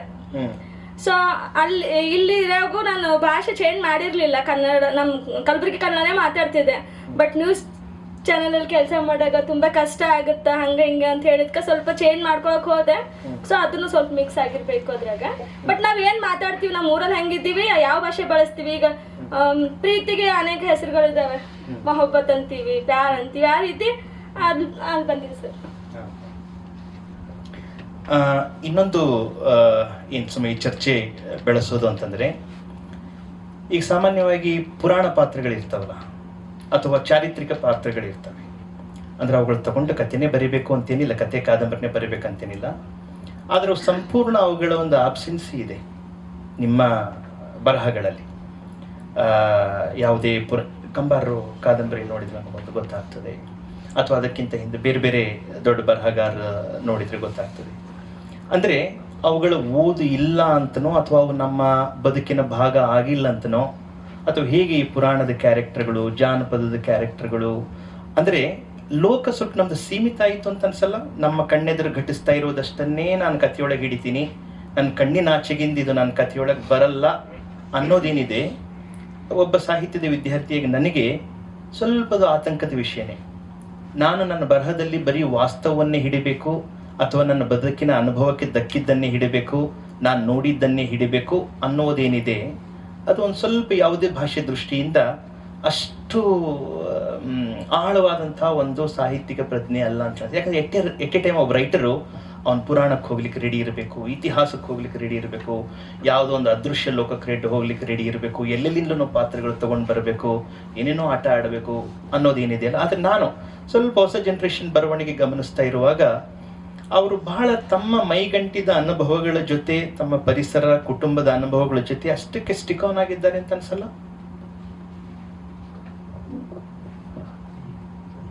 ನೀವು ಕೇಳಿರೋ ಪ್ರಶ್ನೆ ತುಂಬಾ ಇಂಪಾರ್ಟೆಂಟ್ ಸರ್. ಯಾಕಂದ್ರೆ ನನಗೇನು ಅನ್ನಿಸ್ತಾ ಇದೆ, ನಮ್ಮ ಬದುಕಿನ ಅನುಭವಗಳೇ ಸೀಮಿತ ಆಗಿದಾವೇನೋ ಅಂತ ಅನ್ನಿಸ್ತಾ ಇದೆ ಸರ್. ನನಗೆ ತುಂಬಾ ನಾನು ಏನೇ ಬರಿಬೇಕಾದ್ರೂ ಕೂಡ ಅದೇ ಅನ್ನಿಸ್ತಾ ಇದೆ ಸರ್. ಅಂದ್ರೆ ಒಂದ್ ಪಾಯಿಂಟ್ ಆಫ್ ಟೈಮ್ ಅಲ್ಲಿ ಬೇರೆ ಬೇರೆ, ಇವಾಗ ಯಾಕೆ ತೇಜಸ್ವಿ ಅಷ್ಟೆಲ್ಲ ಬರೆಯಕ್ ಸಾಧ್ಯ ಆಯ್ತು ಅಂತಂದ್ರೆ, ತೇಜಸ್ವಿ ಆ ರೀತಿ ಒಂದು ಪ್ರಯೋಗಾತ್ಮಕ ಪರಿಸರದಲ್ಲಿ ಇದ್ರು.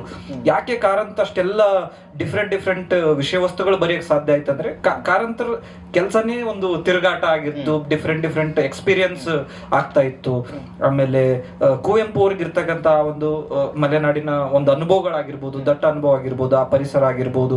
ನನಗೆ ಮುಖ್ಯವಾಗಿ ಅದೇ ಸರ್, ಭಿನ್ನ ವಿಷಯ ವಸ್ತುಗಳಿಗೆ ತೆರೆದುಕೊಳ್ಬೇಕು ಅಂತ ಅಂದ್ರೆ, ನಾವು ಬದುಕ್ತಿರ್ತಕ್ಕಂತಂದ್ರೆ ಒಬ್ಬ ಬರಹಗಾರ ಬದುಕಿರ್ತಕ್ಕಂಥ ಕ್ರಮವನ್ನ ಬಿಟ್ಟು ಮತ್ತೊಂದು ಕ್ರಮದಲ್ಲಿ ಬದುಕೋದಾಗಿರ್ಬೋದು, ಅಥವಾ ಒಂದು ತಿರುಗಾಟ ಬೇಕು, ಅಥವಾ ಒಂದು ಇಂಟ್ರಾಕ್ಷನ್ ಬೇಕು, ಅದಕ್ಕೆ ಒಂದು ಸ್ವಾತಂತ್ರ್ಯ ಬೇಕು ಅಂತ ಅನ್ಸುತ್ತೆ ಸರ್.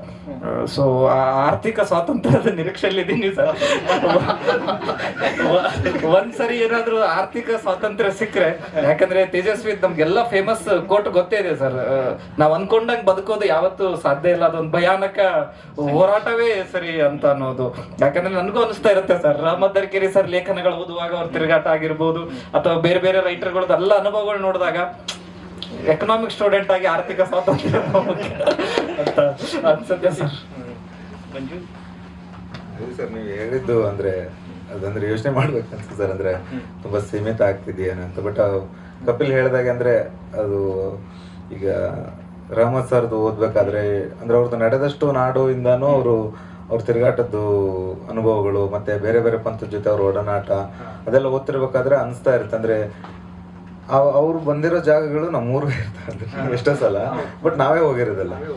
ಅಂದ್ರೆ ಇದೆಲ್ಲ ನೀವು ಹೇಳ್ದಂಗೆ ಆ ತರದ್ದು ಹುಡುಕಾಟ ನಮ್ಮಲ್ಲಿ ಬೇಕು ಅನ್ಸುತ್ತೆ. ಅಂದ್ರೆ ಹೊರಗಿನ ಹುಡುಗಾಟ ಅಲ್ಲದೆ ನೀವು ಅಂದ್ರೆ ಒಂದು ಪರಂಪರೆ ಹುಡುಕಾಟ, ಮೇ ಬಿ ನೀವು ಪುರಾಣ ಅಂತ ಪದ ಬಳಸಿರ್ಬೋದು, ಬಟ್ ಒಟ್ಟಾರೆಯಾಗಿ ನೀವು ಪರಂಪರೆ ಜೊತೆ ಸ್ವಲ್ಪ ಕಮ್ಮಿ ಇಂಟ್ರಾಕ್ಷನ್ ಇದೆ ಅನ್ನೋ ತರ ಹೇಳಿದ್ರೆ ಅನ್ಸುತ್ತೆ.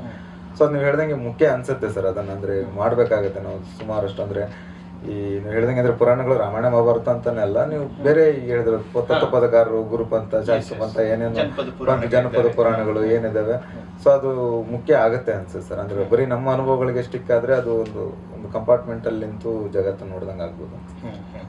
ಯಾಕಂದ್ರೆ ಈ ಕಂಬಾರರು ಒಂದು ಶಿವಾಪುರ ಕ್ರಿಯೇಟ್ ಮಾಡಿದಿರ್ತಾರೆ, ಕಾದಂಬರಿ ಇರ್ಬೋದು, ಕಾವ್ಯದಲ್ಲಿ. ಕನ್ನಡದಲ್ಲಿ ಒಂದು ದೊಡ್ಡ ದೇಸಿ ಪ್ರಜ್ಞೆಯ ಪ್ರತಿನಿಧಿಯಾಗಿ ಆ ಶಿವಾಪುರ ನಮಗೆ ಕಾಣಿಸ್ತಾ ಇರ್ತದೆ. ಅಥವಾ ಲಂಕೇಶ್ವರು ಗುಣಮುಖದ ಅಲಾವಿ ಖಾನ್ ಮೂಲಕ ನಮಗೆ ಇನ್ನೊಂದೇನೋ ಪ್ರಜ್ಞೆ ದಾಟಿಸ್ಲಿಕ್ಕೆ ಪ್ರಯತ್ನ ಮಾಡ್ತಾ ಇರ್ತಾರೆ. ಈ ಥರ ಅನೇಕ ಬರಹಗಾರ ಇದ್ದಾರಲ್ಲ. ಆದರೆ ಹೊಸ ಬರಹಗಾರರಲ್ಲಿ ಸ್ವಲ್ಪ ಅನುಭವ ಲೋಕ ಸೂಕ್ಷ್ಮ ಇದ್ದಾರೆ ಹೊಸ ಬರಹಗಾರ, ಬಟ್ ಅನುಭವ ಲೋಕ ಸ್ವಲ್ಪ ವಾಸ್ತವಕ್ಕೆ ಅಂಟ್ಕೊಂಡು ಸೀಮಿತ ಆಯಿತು ಅಂಥೇಳಿ ಅನ್ನಿಸ್ತಾ ಇದೆ.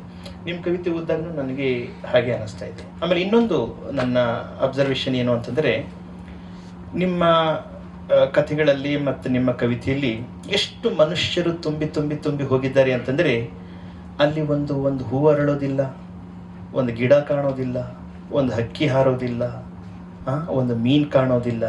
ಅಂದರೆ ಆ ನಿಸರ್ಗ ಸಸ್ಯ ಸಂಪತ್ತಿದೆಯಲ್ಲ, ಅದು ಸಂಪೂರ್ಣ ಡಿಲೀಟ್ ಆಗಿಬಿಟ್ಟಿದೆ. ಮನುಷ್ಯರು ಮನುಷ್ಯರು ಮನುಷ್ಯರು. ಆದರೆ ಅವು ಎರಡೂ ಇನ್ನೊಂದು ಜಗತ್ತಿದೆಯಲ್ಲ, ಜೀವಲೋಕ, ಅವು ಕೂಡ ಒಳಗೊಳ್ಳದೆ ಇದ್ರೂ ಅದು ಎಲ್ಲೋ ಒಂದು ರೀತಿ ಒಂದು ಸಣ್ಣ ಕೊರತೆ ನಮ್ಮ ಬರಹಗಳಲ್ಲಿ, ಅಂದರೆ ಅದನ್ನು ಭಾಳ ಕಾನ್ಷಿಯಸ್ ಆಗಿ ತರಲಿಕ್ಕಾಗಲ್ಲ. ಅದು ಬರ್ತಾ ಇಲ್ಲ ಅಂದರೆ ಅದರ ಅರ್ಥ ಅದ್ರ ಜೊತೆಗೆ ನಮ್ಮ ಸಂಬಂಧ ಎಲ್ಲೋ ಕಳೆದು ಹೋಗ್ತಾ ಇದೆ ಅಂತ ಅಷ್ಟೇ. ಈ ಸಸ್ಯ ಜಗತ್ತಿನ ಜೊತೆ, ಪ್ರಾಣಿ ಜಗತ್ತಿನ ಜೊತೆ, ಪಕ್ಷಿ ಜಗತ್ತಿನ ಜೊತೆ. ಕುವೆಂಪು ಅವ್ರ ಕೆಲವು ಕವಿತೆಗಳಲ್ಲಿ ಮನುಷ್ಯರೇ ಇಲ್ಲ, ಬರೀ ಹಕ್ಕಿಗಳು, ಬರೀ ಗಿಡಗಳು, ಹೂಗಳೇ ಅರಳ್ಕೊಂಡು ನಿಂತಿದಿರ್ತವೆ. ಬಟ್ ಅವು ಮನುಷ್ಯರಿಗೆ ಏನೋ ಒಂದು ದೊಡ್ಡ ಜೀವನ ದರ್ಶನ ಹೇಳ್ತಾ ಇರ್ತವೆ. ಹೀಗಾಗಿ ಆ ಎರಡು ಲೋಕಗಳು ಕೂಡ ಮೂರು ಬರಹಗಳಲ್ಲಿ ಸ್ವಲ್ಪ ಇಲ್ಲ ಅಂತ ಹೇಳಿ ಅನ್ನಿಸ್ತು ನನಗೆ. ನಿಮಗೆ ಪ್ರತಿಕ್ರಿಯಿಸ್ಬೇಕಾದ್ರೆ ಪ್ರತಿಕ್ರಿಯಿಸ್ಬೋದು, ಇಲ್ಲ ಅಂತಂದ್ರೆ ಮುಂದೆ ವಿಚಾರ ಮಾಡ್ತೀವಿ ಸರ್ ಅಂತ ಹೇಳ್ಬೋದು. ಅಂದ್ರೆ ಈ ಸಸ್ಯ ಜಗತ್ತು, ಪ್ರಾಣಿ ಜಗತ್ತು, ಇದೊಂದು ತೇಜಸ್ವಿ ನೋಡ್ರಿ. ತೇಜಸ್ವಿ ಕಥೆ ಕರವಾಲೋ ಓದ್ತಾ ಇದ್ರೆ ಇಡೀ ಕಾಡೆ ಮಾತಾಡ್ತಾ ಇರೋ ಹಾಗೆ ಅನ್ನಿಸ್ತದೆ ನನಗೆ. ಕರವಾಲೋ ಕಾದಂಬರಿ ಓದ್ತಾ ಇದ್ದಾರೆ. ಆದ್ರೆ ನಿಮ್ಮ ಕಥೆಗಳು ಓದಿದಾಗ ಮನುಷ್ಯರು ಮೇ ಬಿ ಅಂದ್ರೆ ನೀವು ಹೇಳ್ದಂಗೆ ಈ ಬಯಲು ಸೀಮೆಯಲ್ಲಿ ತುಂಬಾ ಜನರ ನಡುವೆನೆ ಅದು ಒಂದು ಕಾರಣ ಇರ್ಬೋದೇನೋ ಅನ್ಸುತ್ತೆ ಸರ್. ಅಂದ್ರೆ ಅಲ್ಲಿ ನೇಚರ್ ಅಂದ್ರೆ ನಮ್ಗೆಲ್ಲ ಒಂದು ಒಂಟಿ ಮರ, ಒಂದು ಹಳೆ ಕ್ವಾಟಿ, ಬಿಸಿಲು. ಅಂದ್ರೆ ಅದು ಬಿಸಿಲು ಬಂದಿರ್ತಂದ್ರೆ ನಂಗೆ ಕೊಟ್ಟಿಗೆಳೆ ರಮಯ್ಯ ಸರ್ ಪುಸ್ತಕ ಓದಿ ಫೋನ್ ಮಾಡಿದ್ರು ಸರ್. ಅವರು ಒಂದು ತುಂಬಾ ಅಂದ್ರೆ ನಂಗೆ ಈಗಲೂ ನೆನ್ಪುಳಿಯೋ ತರದೊಂದು ಪಾಯಿಂಟ್ಸ್ ಹೇಳಿದ್ರು. ಈ ಫ್ಲೋರಾ ಅಂಡ್ ಫಾನಾ ಇದೆಯಲ್ಲ ನಿಮ್ ಕಥೆಯಲ್ಲಿ ಒಂದು ಬೇರೆ, ಅಂದ್ರೆ ಫೂ ಕಥೆಯಲ್ಲಿ ಈಗ ಮಲೆನಾಡಲ್ಲಿರೋನಿಗೆ ಹೂವು, ಹಣ್ಣು, ಹಕ್ಕಿ, ನದಿ, ತೊರೆ ಇದೆಲ್ಲ ಫ್ಲೋರಾ ಅಂಡ್ ಫಾನಾ ಆದ್ರೆ, ನಿಮ್ಮಲ್ಲಿ ಆ ಹುಡುಗ ಈ ಕೈಯಲ್ಲಿ ಧೂಳು ಹಿಡ್ಕೋತಾನಲ್ಲ, ಅದು ಫ್ಲೋರಾ ಅಂಡ್ ಫಾನಾ ಆಗಿ ಬಂದಿದೆ ಅಂತ ಹೇಳಿದ್ರು. ಮೇ ಬಿ ಅಂದ್ರೆ ಆ ರೀತಿಲಿ ಅಂದ್ರೆ ಬಿಸಿಲು ಒಂದು ಫ್ಲೋರಾ ಅಂಡ್ ಫಾನಾ ಆಗುತ್ತಲ್ಲ, ಬಿಸಿಲು ಹುಟ್ಟಿಸಿರೋ ಒಂದು ಧಗೆ ಅಂದ್ರೆ ಮೇ ಬಿ ಆ ರೀತಿಲಿ ಸೂಕ್ಷ್ಮವಾಗಿ ಅದು ಬಂದಿರುತ್ತೆ ಅನ್ಸುತ್ತೆ. ಮತ್ತೆ ನಮ್ಮ ನೇಚರ್ ಜೊತೆ ಸಂಬಂಧನೇ ಆಗಿದ್ದಾಗ ಮೇ ಬಿ ಆಗ ಬರ್ಬೋದು ಅನ್ಸುತ್ತೆ, ಹಂಗಿರ್ಬೋದು ಅನ್ಸುತ್ತೆ. ಸರಿ ಸರಿ ಸರ್, ಅದೇ ನಾನೊಂದು ಬಿಸಿಲು ಅಂತ ಹೇಳಿನೇ ಒಂದು ಕತೆ ಕೂಡ ಬರೆದಿದ್ದೀನಿ ಸರ್. ಅಂದ್ರೆ ಒಂದ್ ಸಣ್ಣ ಹುಡುಗಗೆ ಬಿಸಿಲು ಹೇಗೆ ಕಾಡುತ್ತೆ ಅನ್ನೋದು. ಮೋಸ್ಟ್ಲಿ ಅಂದ್ರೆ ನಮ್ಮ ಬಾಲ್ಯದಲ್ಲಿ ಆ ಒಂದು ಅಷ್ಟು ಸಸ್ಯ ಜಗತ್ತು, ಪ್ರಾಣಿ ಜಗತ್ತು ಅಷ್ಟು ಅನುಭವಕ್ಕೆ ಬಂದಿರ್ಲಾರ್ದೆ ಕಾರಣಕ್ಕಾಗಿ ಬರ್ದಿಲ್ಲ ಅಂತ ಅನಿಸ್ತಾ ಇದೆ ಸರ್. ಬಟ್ ನೀವ್ ಹೇಳ್ದಂಗೆ ಅದೊಂದು ಇಂಟ್ರಾಕ್ಷನ್ ಕೂಡ ಅವಶ್ಯಕತೆ ಇದೆ ಸರ್. ಯಾಕಂದ್ರೆ ನೀವ್ ಹೇಳ್ದಾಗ ಅದೇ ನೆನಪಾಗ್ತಾ ಇತ್ತು. ಶ್ರೀಶೈಲಕ್ಕೆ ಹೋಗಿದ್ವಿ ಸರ್ ಒಂದ್ಸರಿ, ಸುಮ್ನೆ ಹೋಗಿ ದರ್ಶನ ಮಾಡಿ ಬಂದ್ವಿ. ಬಟ್ ಅದೇ ರಹಮತ್ ತರೀಕೆರೆ ಸರ್ ಅಲ್ಲಿ ಹೋಗಿ ಕದಳಿ ಹೊಕ್ಕು ಬಂದೆ ಅಂತ ಒಂದು ಆರ್ಟಿಕಲ್ಲೇ ಬರ್ದ್ಬಿಟ್ರು.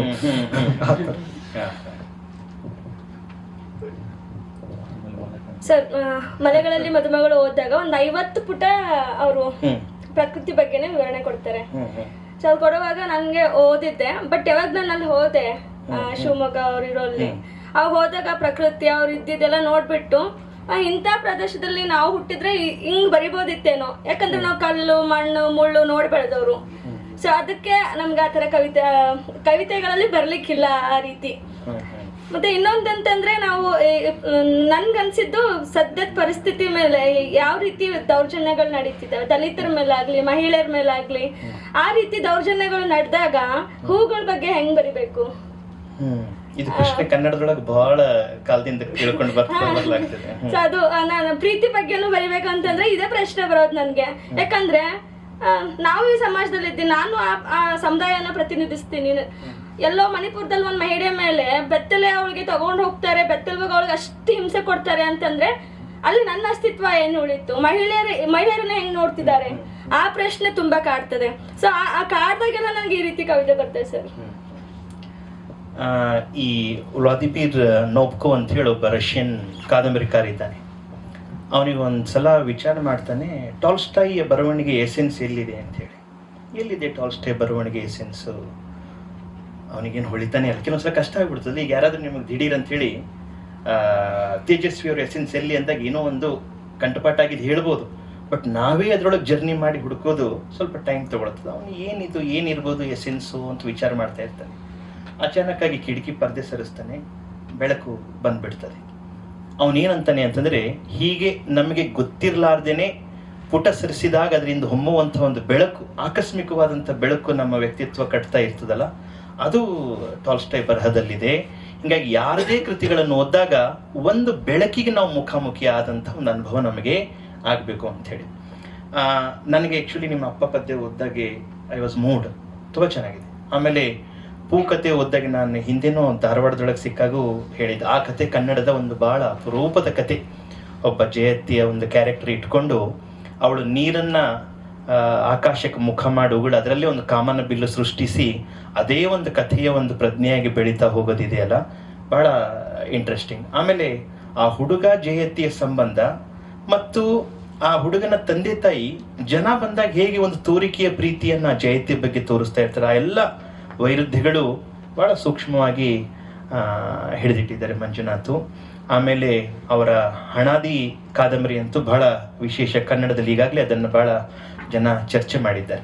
ಈಗ ಈ 3 ಜನರ ಬಗ್ಗೆ ಬಹುಶಃ ನಮ್ಮ ಪ್ರೇಕ್ಷಕರಲ್ಲಿ, ಆಡಿಯನ್ಸಲ್ಲಿ ನಿಮಗೇನಾದರೂ ಪ್ರಶ್ನೆ ಇದ್ದರೆ, ಅದು ಹೊಸ ತಲೆಮಾರಿನ ಸಾಹಿತ್ಯದ ಬಗ್ಗೆ ಇರ್ಬೋದು ಅಥವಾ ಇವರ ಬರಹದ ಬಗ್ಗೆ ಇರ್ಬೋದು, ಏನಾದರೂ ಕೆಲವು ಪ್ರಶ್ನೆಗಳಿದ್ದರೆ ನಾವು ಚರ್ಚೆ ಮಾಡಬಹುದು ಅಂತೇಳಿ ಅನ್ನಿಸ್ತದೆ. ಕೇಳಿ. ನಿಮಗೂ ಸೇರಿಸಿ ಪ್ರಶ್ನೆ. ಓ ಸರಿ. ಯಾವುದೋ ಮೈಕ್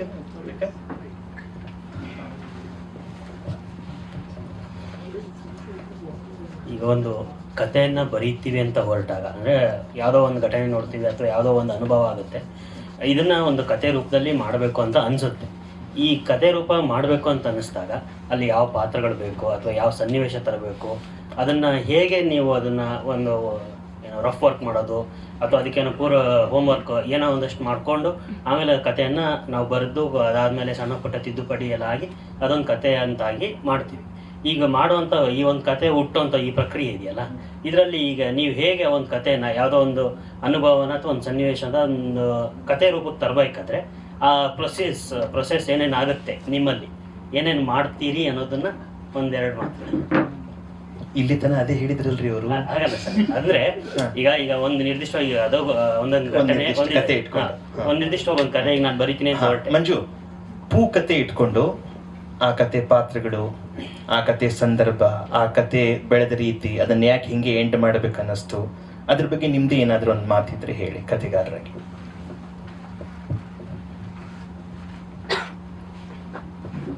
ಅಂದರೆ ಸರ್, ಇವಾಗ ಅದು ಕತೆ ಅಂದರೆ ನಾವು ಬರೆಯೋ ಪ್ರೊಸೆಸ್ಸು ಅಂದರೆ ನಾನು ಮೊದಲೇ ಅಂದರೆ ಡಿಸೈಡ್ ಮಾಡೋದು ಕಮ್ಮಿ, ಅಂದರೆ ಇದ್ರ ಬಗ್ಗೆ ಕತೆ ಬರೀಬೇಕು ಅಂತ. ಬಟ್ ಇರುತ್ತೆ, ಯೋಚನೆ ಮಾಡಿರ್ತೇನೆ ಆ ವಿಷಯದ ಬಗ್ಗೆ ಮುಂದೆ ಯಾವತ್ತಾದರೂ ಬರೀಬೇಕು, ಈ ವಿಷಯನ ಎಕ್ಸ್ಪ್ಲೋರ್ ಮಾಡಬೇಕು ಅಂತ, ಅಥವಾ ಆ ವಿಷಯದ ಬಗ್ಗೆ ಯೋಚನೆ ಸಾಕಷ್ಟು ಆಗಿರುತ್ತೆ. ಬಟ್ ಕತೆ ಬರೆಯೋ ಟೈಮಲ್ಲಿ ಒಂದೇನೋ ಒಂದು ಕವಿತೆ ಹಿಂಗೆ ಬರೀತಾರೆ ನೋಡಿದರೆ, ಈ ಭಾಷೆಯಿಂದನೇ ಹುಟ್ಟೋದು ಕವಿತೆ. ಅಂದರೆ ಈಗ 1-2 ಸಾಲು ಬರಿತೀವಿ, ಆ 2 ಸಾಲಿಗೆ ಮತ್ತೊಂದು 2 ಸಾಲು ಸೇರ್ಕೊಳುತ್ತೆ, ಅದೊಂದು ಪ್ಯಾರ ಆಗುತ್ತೆ, ಆ ಪ್ಯಾರ ಒಂದೇನೋ ಧ್ವನಿಸ್ತಾ ಇರುತ್ತೆ. ಸೊ ಇದನ್ನು ನಾನು ಎಕ್ಸ್ಪ್ಲೋರ್ ಮಾಡ್ಬೋದಲ್ಲ ಅಂತ ಅನಿಸಿ ಅದನ್ನು ಡೆವಲಪ್ ಮಾಡ್ತಾ ಹೋಗೋದು. ಸೊ ಹಾಗಾಗಿ ನಾನು ಸುಮಾರು ಸಲ ಅದ್ರ ಬಗ್ಗೆ ನಾನು ಅಂದರೆ ಈ ಥರ ಶುರು ಆಗುತ್ತೆ, ಈ ಥರ ಎಂಡ್ ಆಗುತ್ತೆ, ಈ ಥರದ ವಿಷಯಗಳನ್ನು ಹೇಳುತ್ತೆ, ಈ ಥರದ್ದು ಸುಮಾರಷ್ಟು ಯೋಚನೆ ಮಾಡಿರೋದಿಲ್ಲ. ಬಟ್ ಅದು ಹಿಂದೆ ಯಾವತ್ತೋ ಮಾಡಿರೋ ಯೋಚನೆಗಳು ಆ ಒಂದು ಟೆಕ್ಸ್ಟಿಗೆ, ಆ ಒಂದು ಭಾಷೆಗೆ ಪೂರಕವಾಗಿ ಬರ್ತಾವೆ. ನೀವು ಆ ಒಳಕಲ್ಲು ಕತೆ ಇಟ್ಕೊಂಡು ಹೇಳ್ರಿ, ಆ ಕಥೆಯ ಒಂದು ಹೆಂಗ್ ಬಂತು ಮನಸ್ಸಲ್ಲ? ಟೋಪಿ ಮಂಜಪ್ಪಂದಲ್ಲ? ಹೌದು ಸರ್, ಅದು ಅಂದರೆ ನಾವು PUC ಕಾಲೇಜ್ ಕರೆಯುವಾಗ ಅಲ್ಲಿ ಪಕ್ಕದಲ್ಲಿ, ಅಲ್ಲಿ ನಮ್ಮ ಗುಲ್ಬರ್ಗದಲ್ಲಿ ಆದರ್ಶ್ ನಗರಲ್ಲಿ ಅವನು ಒಂದು ದೊಡ್ಡ ನಾಲೆ ಸರ್, ಅದ್ರ ಮೇಲೆ ಅವ್ರದ್ದೊಂದು ಪುಟ್ಟ ಗುಡಿಸಲು. ಅಂದರೆ ನಾನೊಂದು 2 ವರ್ಷ ನಾನು ಕಾಲೇಜಲ್ಲಿ ಏನು ಕಲಿತಾ ಇದ್ದೆ, ಫುಲ್ ಅವ್ರ ಬದುಕನ್ನು ನಾನು ನೋಡ್ತಿದ್ದೆ. ಬೆಳಗ್ಗೆ ಎದ್ದಾಗಿಂದ ಸಂಜೆವರೆಗೂ ಅವ್ರ ಬದುಕು ಹೇಗಿರುತ್ತೆ ಒಂದು ಸಣ್ಣ ಪುಟ್ಟ ಗುಡಿಸಲಲ್ಲಿ. ನಾನು ಕಾಲೇಜ್ ಮುಗಿಸಿ ಡಿಗ್ರಿ ಎಲ್ಲ ಮುಗಿಸಿ ಒಂದು ದಿವಸ ಓದುವಾಗ ಗುಡಿಸಲಿ ಅಲ್ಲಿ ಇರಲಿಲ್ಲ. ಸೊ ನನಗದು ಎಂದೂ ಕಾಡ್ಲಾರದ ವಿಷಯ ವಸ್ತು. ಆ ಗುಡಿಸಲಿದ್ದಾಗ ಎಂದೂ ಕಾಡ್ಲೇ ಇರಲಿಲ್ಲ, ಆ ಗುಡಿಸಲು ಇಲ್ದಾಗ ತುಂಬ ಕಾಡ್ಬಿಡ್ತು. ಸೊ ಆ ಕಾರಣಕ್ಕಾಗೇನೆ ಆ ಕತೆ ಬರೆದೆ ಸರ್. ನೀವು ಒಂದು ಕವಿತೆ ಇಟ್ಕೊಂಡು ಅಪ್ಪ ತಿರುಗಿ ಬರಲೇ ಇಲ್ಲ ಅಂತ ಹೇಳಿದೆ ಅಲ್ಲ, ಅಪ್ಪ ಏನೇನೋ ಕನ್ಸ್ಕೊಂಡಿದ್ದ, ಮದುವೆ ಮಾಡ್ಬೇಕಂತ ಕನ್ಸ್ಕೊಂಡಿದ್ದ, ಮನೆ ಕಟ್ಟಬೇಕು, ಆದ್ರೆ ಹೋರಾಟದೊಳಗೆ ಹೋದ ಅಂತ, ಆ ಥರ. ಅದು ಯಾಕೆ ಆ ಥರದ್ದು ಒಂದು ಚಿತ್ರಗಳು ಮನಸ್ಸಲ್ಲಿ ಬಂದ ಕವಿತೆ ಅದು ಅಂತ, ಅದು ಪ್ರೊಸೆಸ್ ಏನಾದರೂ ಹೇಳಲಿಕ್ಕೆ ಸಾಧ್ಯ ಇದೆನಾ? ಅಪ್ಪ ಕವಿತೆ ಬರ್ತಿತ್ತು. ನಮ್ಮಪ್ಪನೂ ಕೃಷಿ ಮಾಡ್ತಾರೆ. ಒಂದು ಕೃಷಿ ಮಾಡೋ ಕುಟುಂಬದಲ್ಲಿ ನಾನು ಹುಟ್ಟಿದ್ದೀನಿ. ನನಗೆ ಪಂಜಾಬಲ್ಲಿ 1 ತಿಂಗಳ ಕಾಲ ಏನು ಆ ಹೋರಾಟ ನಡೀತು. ಅವಾಗ ತುಂಬ ಜನ ತೀರ್ಕೊತಾರೆ ಅಲ್ಲಿ. ಕೋವಿಡ್ ಸಂದರ್ಭ, ಮತ್ತು ಅವರು ಅವ್ರು ಮಾಡಿದ ಹೋರಾಟನ ಇಟ್ಕೊಂಡು ಅಲ್ಲೊಬ್ಬ ರೈತ ಹಿಂಗಿರ್ಬೋದೇನೋ, ಅದು ನನ್ನ ಏನಂದ್ರೆ ಕಾಲ್ಪನಿಕ. ನಾನು ಅಂದ್ಕೊಂಡು ಆ ರೈತರಿಗೆ ಒಬ್ರಿಗೆ ಇಟ್ಕೊಂಡು ಮಗಳು ಮದುವೆ ತಾರೀಕು ಗುರ್ತು ಮಾಡಿ ಅಪ್ಪ ಹೋರಾಟಕ್ಕಂತ ಹೋದ, ಬಟ್ ಮನೆಗೆ ಬರಲೇ ಇಲ್ಲ, ತೀರ್ಕೊಂಡ್ರು ಅನ್ನೋದು. ಮತ್ತು ಕಾರ್ಪೊರೇಟ್ ಕೈಯಲ್ಲಿ ನಮ್ಮ ಭೂಮಿನ ಕೊಡಬೇಡಿ ಅಂತ ಇಟ್ಕೊಂಡು ಇವೆಲ್ಲವನ್ನು ಒಳಗೊಂಡಂತೆ ಕವಿತೆ ಬರ್ತಿತ್ತು ನಾನು.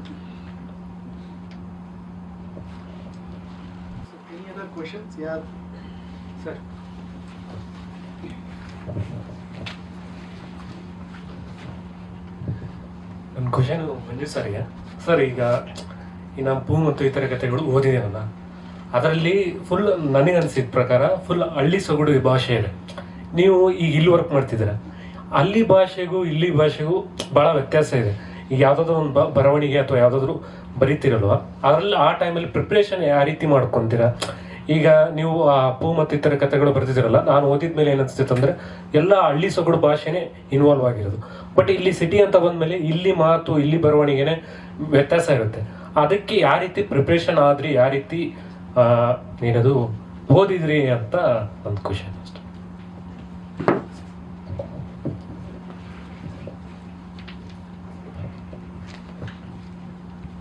ಅಂದರೆ ಪ್ರಿಪ್ರೇಷನ್ನು ಅಂದರೆ ಆ ಕತೆ ಬರಿಬೇಕಾದ್ರೆ ಅಥವಾ ಅದಕ್ಕೂ ಮುಂಚೆ ಅಂದರೆ ಆ ಕತೆಗಂತ ಪ್ರಿಪರೇಷನ್ ಮಾಡೋಕ್ಕಿಂತ ಓವರಾಲ್ ಒಂದು ಅಂದರೆ ಇವಾಗ ಒಂದು ಅದು ಹಿಂಗೆ ಅಂದರೆ ಅದು ಓವರಾಲ್ ಮೊದಲಿಂದನೂ ಅದ್ರ ಬಗ್ಗೆ ಒಂದು ಕಾಳಜಿ ಇರಬೇಕಾಗುತ್ತೆ ಅನ್ಸುತ್ತೆ. ಲಿಟ್ರೇಚರ್ ಜೊತೆ ಸಮಾಜದ ಜೊತೆ ಒಡನಾಟ ಒಂದು ಅಂದರೆ ನಮ್ಮ ಬಗ್ಗೆ ಒಂದು ಥಿಂಕಿಂಗ್ ಪ್ರೊಸೆಸ್ ಇರುತ್ತಲ್ಲ, ಅದು ದಿನಗಳಿಂದ ಇದ್ದು ಆ ಟೈಮಲ್ಲೂ ಹರಳುಗಟ್ಟುತ್ತೆ ಅನ್ಸುತ್ತೆ. ಅಂದರೆ ಕ್ರಿಸ್ಟಲೈಸ್ ಆಗೋದು. ಈಗ ನಾನು ಈ ಕತೆ ಬರೀತೀನಿ ಸರ್ಚ್ ಮಾಡಿದ್ರೆ ಅದು ಪ್ರೊಸೆಸ್ಸು ಅಷ್ಟು ಅಂದ್ರೆ ಆರ್ಗ್ಯಾನಿಕ್ ಆಗಲ್ಲ ಅನ್ಸುತ್ತೆ ಬರೆಯಕ್ಕಂತ ಅದ್ರ ಬಗ್ಗೆ. ಬಟ್ ಅದ್ರ ಬಗ್ಗೆ ಒಂದು ಕಾಳಜಿ ಇದ್ದಾಗಿ ಒಂದು ಮೂಮೆಂಟ್ ಅಲ್ಲಿ ಅದು ಅಂದ್ರೆ ನಿಮ್ಗೆ ಅದೊಂದು ಸ್ಟ್ರೆಸ್ ತುಂಬಾ ಆದ ರೀತಿ ಎಕ್ಸ್ಪ್ರೆಸ್ ಆಗ್ತಿರ್ತಲ್ಲ. ಕೆಲವರು ತೊನ್ನಾಗುತ್ತೆ, ಕೆಲವರು ಅದನ್ನೇನೋ ಎಕ್ಸ್ಪ್ರೆಸ್ ಮಾಡ್ತಿರ್ತಾರೆ. ಅದು ನೀವು ಅದನ್ನ ಹಿಂಗೆ ಅಲ್ಲ ಅನ್ಸುತ್ತೆ. ಅಂದ್ರೆ ಇವಾಗ ಹಿಂಗೆ ಸೊ ಇದ್ರ ಸಲುವಾಗಿ ಮಾಡ್ಬೇಕು, ಅದನ್ನ ಬರೆದು ಹಿಂಗೆ ಪುಸ್ತಕ ಮಾಡ್ಬೇಕು ಅನ್ಸುತ್ತೆ. ಓವರಾಲ್ ಆಗಿ ನೀವು ಅಂದ್ರೆ ಅದ್ರ ಬಗ್ಗೆ ಕಾಳಜಿ, ಒಂದು ಸೊಸೈಟಿ ಬಗ್ಗೆ ಚಿಂತನೆ ಮಾಡ್ತಾನೆ ಇದ್ರೆ, ಆ ಥರ ರೈಟರ್ಸ್ ಇದ್ರೆ ಅದು ಒಂದು ಕತೆ ಮೇಲೆ ಎಕ್ಸ್ಪ್ರೆಸ್ ಆಗ್ಬೋದು. ಅಲ್ಲ ಅಂದ್ರೆ ಈಗ ಕನ್ನಡ ಈಗ ಆಗ್ಬಿಡುತ್ತಲ್ಲ, ಅದಕ್ಕೆ ಅಲ್ಲಿ ಬೇಕಾದ ಒಂದು ಮಾರ್ಕೆಟ್ ವರ್ಕ್ ಆಗೋದು ಒಂದು ಸ್ಕೆಚ್ ಹಾಕೋ ಗುಣ ಇರುತ್ತೆ, ಗೊತ್ತಲ್ಲ? ಏನಾದ್ರು ಸ್ಕೆಚ್ ಹಾಕ್ತಾರಲ್ಲ, ಯಾವ್ದೋ ಒಂದು ಧಾರಾವಾಹಿ ಇದೆ ಅಂತ ಅದ್ರಲ್ಲಿ ಮಾತಾಡೋದೇ ಬೇರೆ ರೀತಿ. ಈಗ ಪ್ರಿಪರೇಷನ್ ಆಗ್ತೀರಿ ಅಂತ ಮಾಡಿಟ್ಟಿದ್ರು. ಅಂದ್ರೆ ಈ ಮಾರ್ಕೆಟ್ ಅವರು ಒಂದು FGD ಒಂದು ರಿಸರ್ಚ್ ಅವ್ರಿಗೆ ಅಂದ್ರೆ ಈ ತರದ್ದು ಆಡಿಯನ್ಸ್ ಇದಾರೆ, ಇವ್ರಿಗೆಲ್ಲ ಹಿಂಗೆ ಮುಟ್ಟಬೇಕು ಅಂದ್ರೆ ಅವ್ರದ್ದು ಮಾರ್ಕೆಟ್ ಅಲ್ಲ, ಅವ್ರದ್ದು ಏನೋ ಒಂದು ಮಾರ್ಬೇಕಿದೆ, ಅದಕ್ಕೆ ಮಾಡ್ತಾರೆ. ಅಲ್ಲಿ ಮಾಡೋ ಕತೆಗಳು ಏನಾದ್ರು ಗೋಸ್ಕರ ಮಾಡ್ತಾ ಇರೋ ಕತೆಗಳೆಲ್ಲ. ಸೊ ಅಲ್ಲಿ ಬೇಕಾಗುತ್ತೆ. ಅಂದ್ರೆ ನೀವು ಯಾರನ್ನ ನೀವು ಅಂದ್ರೆ ಯಾರು ನಿಮ್ ಕನ್ಸ್ಯೂಮರ್ಸ್ ಇದಾರಲ್ಲ ಅವ್ರು ನೀವು ಅಟ್ರಾಕ್ಟ್ ಮಾಡ್ಬೇಕಂದ್ರೆ ಅದ್ರದ್ದೊಂದು ಅಟ್ರಾಕ್ಟ್ ಮಾಡ್ಬೇಕಾದ್ರೆ ಅದ್ರದ್ದು ನಿಮ್ಗೆ ಅಂದ್ರೆ ಅಲ್ಲಿ ಇರುತ್ತೆ ಪ್ರಕಾರ ಬರಿಬೇಕಾಗತ್ತೆ. ಈಗ ಒಂದು ಕತೆ ಏನಂದ್ರೆ ಅಲ್ಲಿ ನಿಮಗೆ ಇವಾಗ ಸಿನಿಮಾಗಳಿಗೂ ಸಂಪತ್ತಿ ಕಮರ್ಷಿಯಲ್ ಸಿನಿಮಾಗಳೆಲ್ಲ ಅಥವಾ ಅವ್ರಿಗೆ ಇಷ್ಟ ಸಿನಿಮಾ ಅದಕ್ಕೊಂದು ಡಿಫ್ರೆನ್ಸ್ ಇರುತ್ತೆ. ಬರಿಬೇಕಾದ್ರೆ ನಿಮಗೆ ಅಲ್ಲಿ ಅಂದ್ರೆ ಬಾರ್ಡರ್ಸ್ ಇರ್ತಾವ, ನಿಮಗೆ ಬಾರ್ಡರ್ ತುಂಬಾ ಚೌಕಟ್ಟು ಇರುತ್ತೆ. ಸೊ ಈ ತರದ ಜನನ ಮುಟ್ಬೇಕಂತಂದ್ರೆ ಅವ್ರದ್ದು ಏನ್ ಟೇಸ್ಟ್ಸು ಆ ಟೇಸ್ಟ್ ಸಲುವಾಗಿ ನಾವ್ ಏನೇನ್ ಬರೀಬೇಕು ಇರುತ್ತೆ. ಬಟ್ ಈ ನಾನು ಹೇಳ್ತಾ ಇರೋದು ಅಥವಾ ಕವಿತೆ ಅಲ್ಲ, ಇದು ಅಂದ್ರೆ ಆ ತರದ್ದು ಪ್ರೊಸೆಸ್ ಅಲ್ಲ. ಬಟ್ ಅಥವಾ ಅದು ಇರ್ಬೋದು, ಬಟ್ ನನಗೆ ನೋಡಕ್ ಇಷ್ಟ ಇಲ್ಲ ಅಂತ ಅಂದ್ರೆ ಒಂದು ಪ್ರಿಪೇರ್ ತರದ್ದು.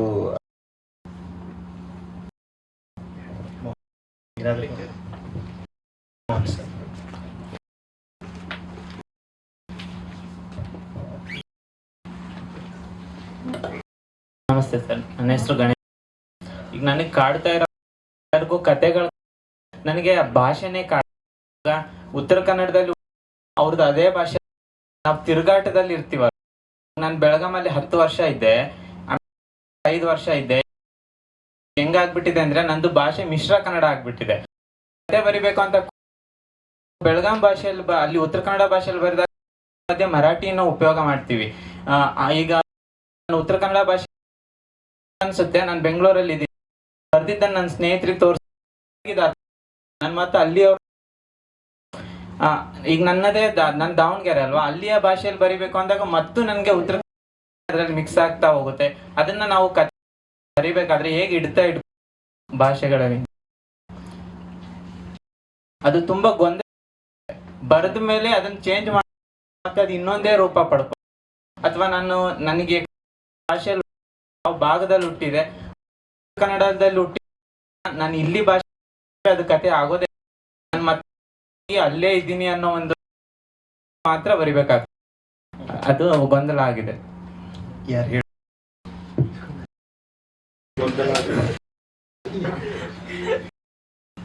ಕಪಿಲ್, ಅದು ಏನಾಗ್ತದೆ ಅಂದ್ರೆ ಭಾಷೆ ಇರ್ತದಲ್ಲ, ಅದು ಕೇವಲ ಕಥೆ ಟೈಪ್ ಅಂತ ಒಂದು ಸಂಗತಿ ಅಲ್ಲ, ಅದು ನಿಮ್ಮ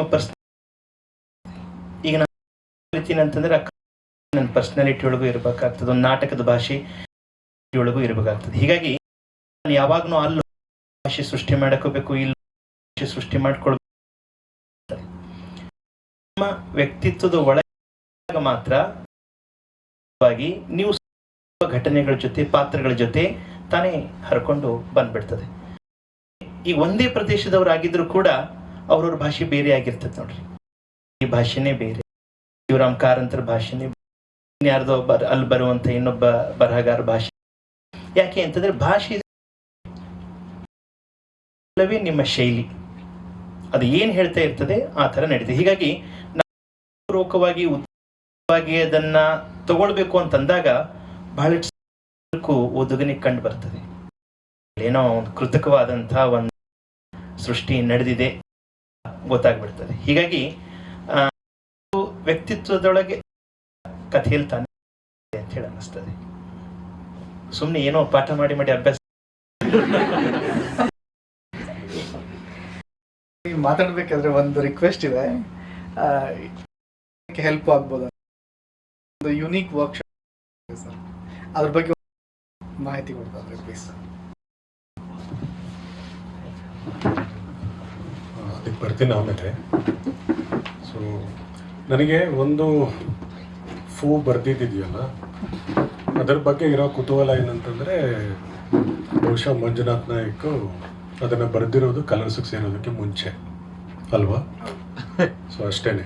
ಸೊ ಹಾಗಾಗಿ ಮುಂದಿನ ಸಂಕಲನ ಬರುತ್ತಲ್ಲ, ಆ ಸಂಕಲನ ಬಂದ ಮೇಲೆ ಬಹುಶಃ ಅದು ಒಳ್ಳೆ ತೌಲನಿಕ ಅಧ್ಯಯನ ಆಗುತ್ತೆ. ಯಾಕೆ ಅಂತಂದರೆ ಆ ಪ್ರಶ್ನೆ ವಿಕ್ರಮ್